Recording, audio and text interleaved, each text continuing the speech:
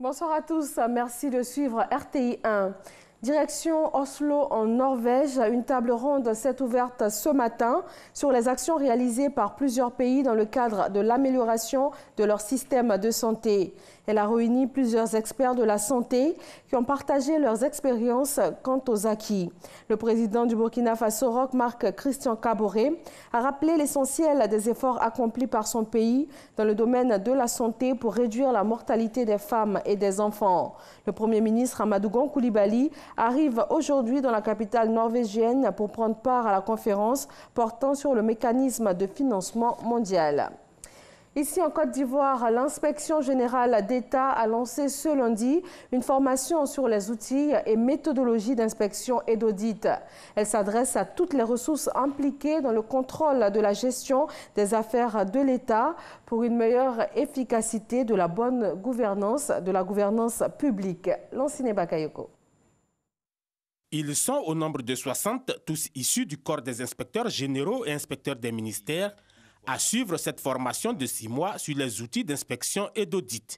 Il vise plus précisément à mieux comprendre les notions, les principes, les référentiels, les modalités et les implications du contrôle interne et du management des risques.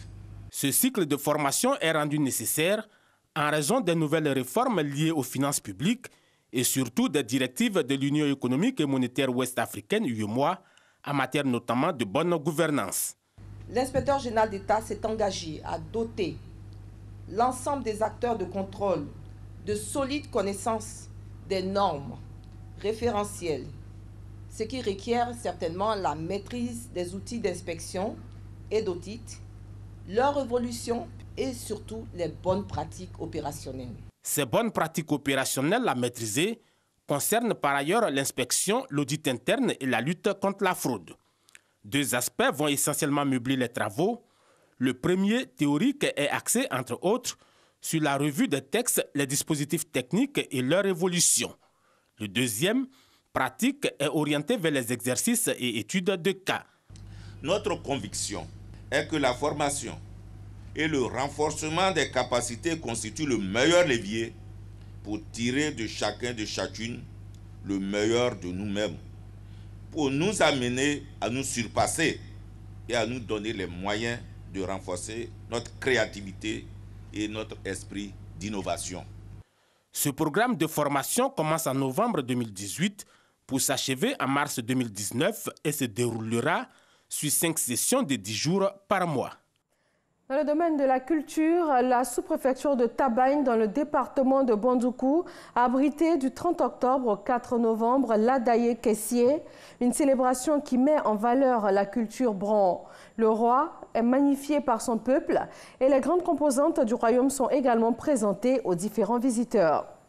Au Burkina Faso, l'interrogatoire des présumés cerveaux du coup d'État avorté de septembre 2015 a démarré ce lundi. Environ 80 accusés ont déjà comparu depuis le début du procès. Le 16 septembre 2015, le général Gilbert Diendéré, ancien chef d'état-major particulier de Blaise Compaoré, a brièvement pris la tête du pays, mais le coup d'État a échoué et les présumés responsables sont attendus depuis maintenant 3 mois par un tribunal militaire.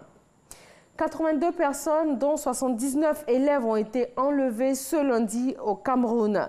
C'est le plus important kidnapping dans cette région du nord-ouest qui est anglophone depuis le début du conflit avec des séparatistes. Cet enlèvement perpétré par des hommes armés non identifiés intervient à la veille de la prestation de serment du président Paul Biya. Les États-Unis ont rétabli ce lundi de nouvelles sanctions contre les secteurs pétroliers et bancaires de Téhéran afin de contraindre l'Iran à engager des négociations sur l'arrêt de ses programmes nucléaires et notamment de ses missiles balistiques. Le président Hassan Rouhani, de son côté, dénonce cette guerre économique déclenchée par Washington et annonce que son pays exportera bel et bien son pétrole sans tenir compte de ces sanctions des États-Unis. Les pays membres de l'Union européenne, tout comme la Russie et la Chine, veulent maintenir les échanges commerciaux avec Téhéran malgré le rétablissement de ces sanctions américaines. En sport football éliminatoire de la 32e Coupe d'Afrique des Nations CAN 2019, le Sénégal a repris la tête du groupe A à Madagascar en s'imposant sur la pelouse du Soudan 1-0 lors de la 4e journée de qualification. Et c'est tout pour ce flash d'information. Merci de l'avoir suivi. Rendez-vous pour le journal de 20h. Mais tout à l'heure, suivez l'info régionale sur RTI 1.